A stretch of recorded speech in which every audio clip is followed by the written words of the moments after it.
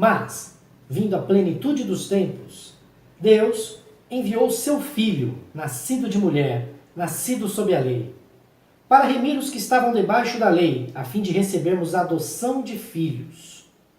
Tudo bem, meus irmãos? A paz do Senhor. Na aula passada, nós falamos sobre a plenitude dos tempos e o porquê da igreja não ter sido instituída, vindo à existência já nos primórdios da humanidade. E eu salientei para vocês que a humanidade ainda não estava preparada. Então eu quero dar uma pincelada maior sobre isso agora, o que seria essa plenitude dos tempos e o que deveria ter acontecido para que a igreja viesse a ser instituída, viesse a deixar de ser simplesmente uma ideia e ser uma instituição, tá? Então, para isso, eu quero levá-los à sua Bíblia, lá entre o Velho Testamento, o Antigo Testamento, e o Novo Testamento, exatamente aí, nessa página que você tem em branco. Talvez se você olhar a página, você vai pensar assim, essa página aqui é simplesmente para separar dois livros ou dois capítulos, separar talvez o término de uma história e o início de uma nova, mas não. Essa história que está escrita em linhas imaginárias nessa página em branco, ela é importantíssima para instituirmos o que foi a plenitude dos tempos. Esta página é chamada de período interbíblico, corresponde a aproximadamente 400 anos, do qual Deus não enviou nenhum profeta, Deus não enviou ninguém para falar em seu nome para com o povo. Porém, o fato de Deus não ter enviado ninguém, de ninguém ter falado em nome de Deus, Deus trabalhou sobremaneira tal na história, preparando o campo, o terreno para a vinda de Cristo e, consecutivamente, a instituição da igreja. Eu quero separar aí 3 pontos dessa história, desses 400 anos, que são de vital importância para que nós possamos dar sequência ao nosso estudo. O primeiro ponto que eu quero levantar com vocês é o surgimento de um conquistador que, na minha opinião, não sou nenhum estrategista, nem servi ao exército, né, devido à minha altura, mas, na minha concepção, talvez tenha sido um dos maiores conquistadores que a humanidade já teve, que a história da humanidade já pôde conhecer. O tal de Alexandre aí, Alexandre Magno, ou talvez você deve conhecê-lo como Alexandre o Grande.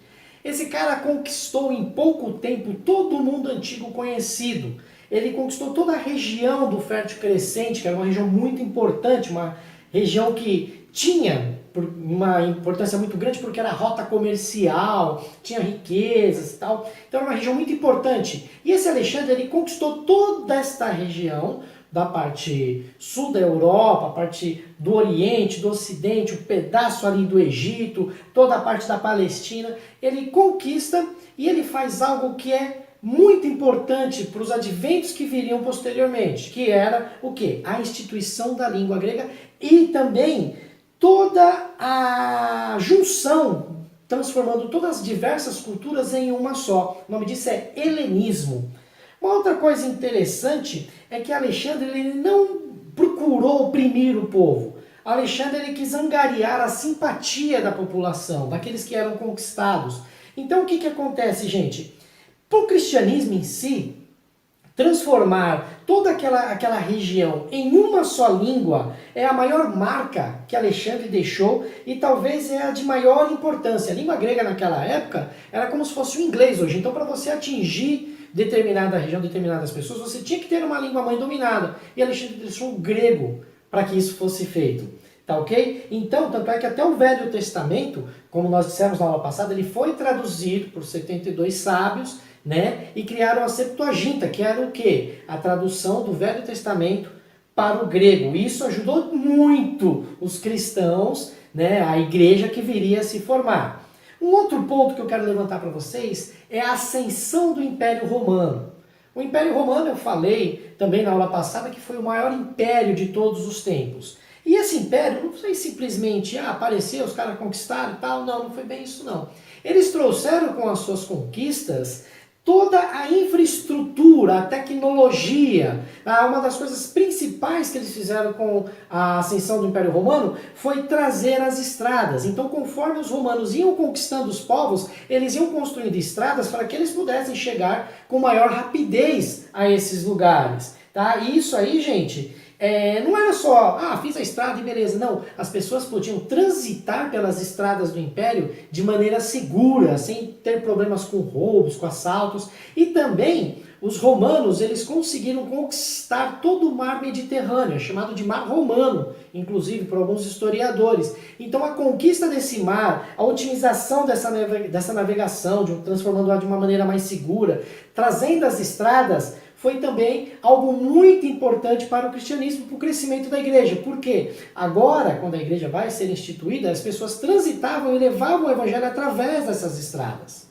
Uma outra coisa que aconteceu também, o terceiro ponto e último dessa primeira parte, é que nós vamos ter o judaísmo, que era a religião predominante ali na região do Oriente, né, na Palestina. O que acontece com essa religião? Essa religião passa a ser fragmentada, ou seja, ela passa a ser picotada, subdividida, ela se torna meio que enfraquecida. Por quê? O povo, os judeus, vamos colocar umas aspas aí, aqueles que serviam no templo, eles passam a ficar divididos. Eles se dividem em 4 grupos principais, que são eles: os hebreus, ok, que eram os judeus propriamente dito, aqueles que ficaram na Palestina por várias gerações, a verdadeira raça israelita.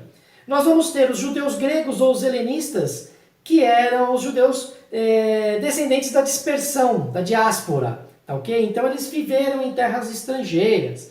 Nós vamos ter os prosélitos, que eles não eram descendentes de judeu, porém eles renunciavam ao paganismo e aceitavam a lei judaica, então eles pertenciam à igreja judaica, tá? Recebiam até a circuncisão, mas não eram judeus.